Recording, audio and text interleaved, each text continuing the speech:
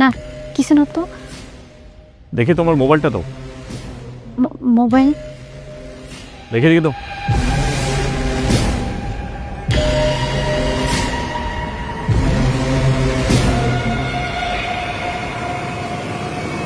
তার মানে বাবা যেটা বলেছেন সেটাই সত্য।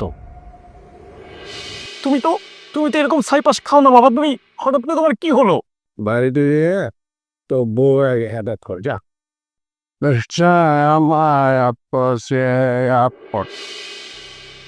আল্লাহ, এসব আমি কি দেখছি?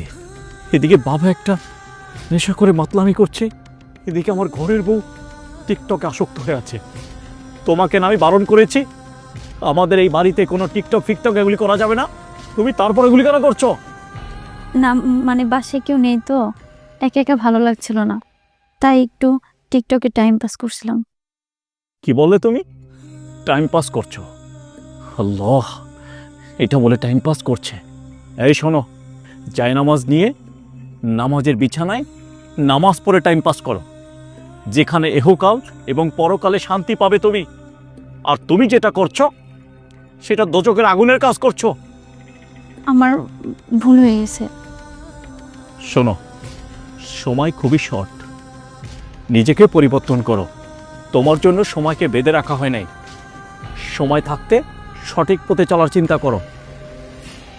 ঠিক আছে।